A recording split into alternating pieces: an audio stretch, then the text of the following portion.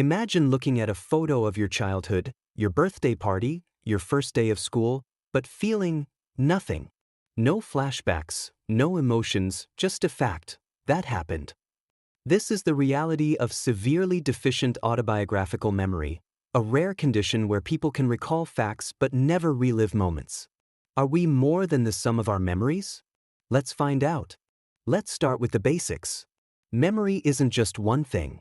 It's a collection of different systems working together. When we talk about memory loss, most people imagine amnesia, where someone forgets who they are or can't recall recent events. But severely deficient autobiographical memory, or SDAM, is something entirely different. People with SDAM don't suffer from memory loss. They can remember facts about their life, but they never re-experience past moments.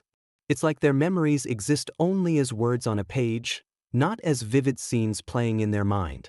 So what's actually happening in the brain? To understand SDAM, we need to talk about episodic memory versus semantic memory.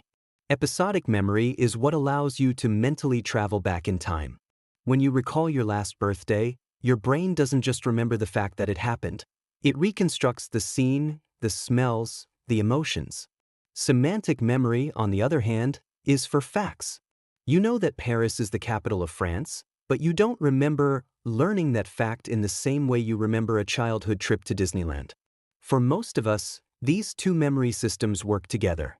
But in SDAM, the episodic system is severely impaired. People with SDAM can store knowledge but not experiences. Now, where in the brain does this happen?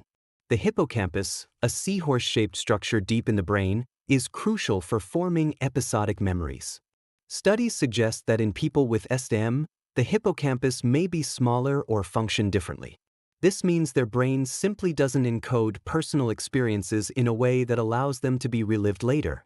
Interestingly, brain imaging studies show that when people with SDAM try to recall past events, the usual neural networks associated with memory retrieval don't activate the way they do in people with typical memory function. It's as if their brain skips over the process of recreating experiences and jumps straight to the factual summary. How does this compare to other memory disorders? SDAM is not the same as amnesia. Amnesia is typically caused by brain damage, and it can erase memories that were once accessible. In contrast, SDAM is believed to be a lifelong condition, possibly present from birth. People with SDAM don't lose memories, they just never store them in the way most of us do. It's also different from aphantasia, the inability to create mental images. Many people with SDAM also have aphantasia, but not always. Some can visualize things, but they still lack that deep, immersive recall of past events. Real cases, what does SDAM feel like? Let's take a real example. Dr. Brian Levine, a neuroscientist, was one of the first to identify SDAM. He studied individuals who, despite being intelligent and highly functional, lacked any ability to relive past experiences. One participant in his research described his memory like this: "I know I went to my wedding. I can list who was there. But I can't picture the ceremony, I don't feel anything when I think about it. It's just a fact." Another person put it even more bluntly: "It's like my past belongs to someone else. I can describe it, but I don't feel connected to it." So, what's it like to actually live with SDAM? How does it impact relationships, decision-making, and personal identity? In the next section, we'll explore the everyday reality of having no autobiographical memory, and whether it's a curse or just another way of experiencing life. For people with SDAM, the inability to relive memories has profound effects on relationships. Many describe feeling disconnected from old friends. Since they can't emotionally recall past moments, friendships often feel frozen in time. They rely on external cues, old photos, messages, stories from others, to reconstruct their past relationships. People with SDAM may struggle to feel emotionally connected to shared experiences. One individual put it this way: "I love my wife, but I don't feel our past together. I just know we've been together for years." This can lead to misunderstandings. Partners might feel like the person with SDAM is emotionally distant or detached. One of the biggest questions is, if you can't remember your past, how do you learn from experience? People with SDAM can still develop habits and make decisions, but they do so through logic and reasoning, rather than intuition or past emotional recall. Without personal memory to guide them, many rely on written notes or structured reflection to track personal growth. Think about how most of us learn.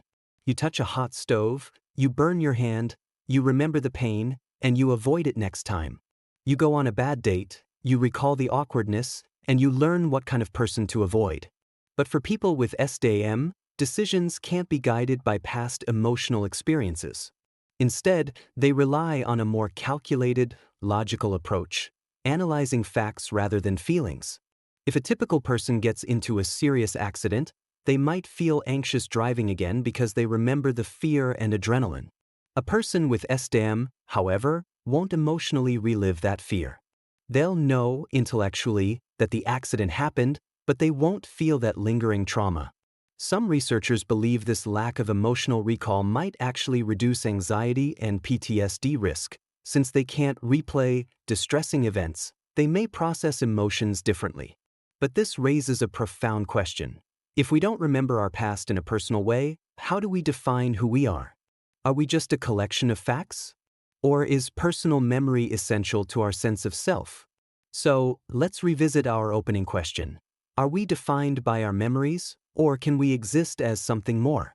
If everything you've experienced, your happiest moments, your biggest regrets, became just facts with no emotional connection, would you still be you? Now, here's your challenge. Imagine waking up tomorrow with only knowledge, but no lived memories. You'd know your name, your job, your relationships, but you wouldn't feel your past. Would you make the same decisions? Would you still be the same person? Let me know. Drop your thoughts in the comments, send a message, or just sit with that question for a while. Next time, we dive into another mind-bending mystery of the brain. Until then, keep questioning, keep exploring. This is the Mind Lab.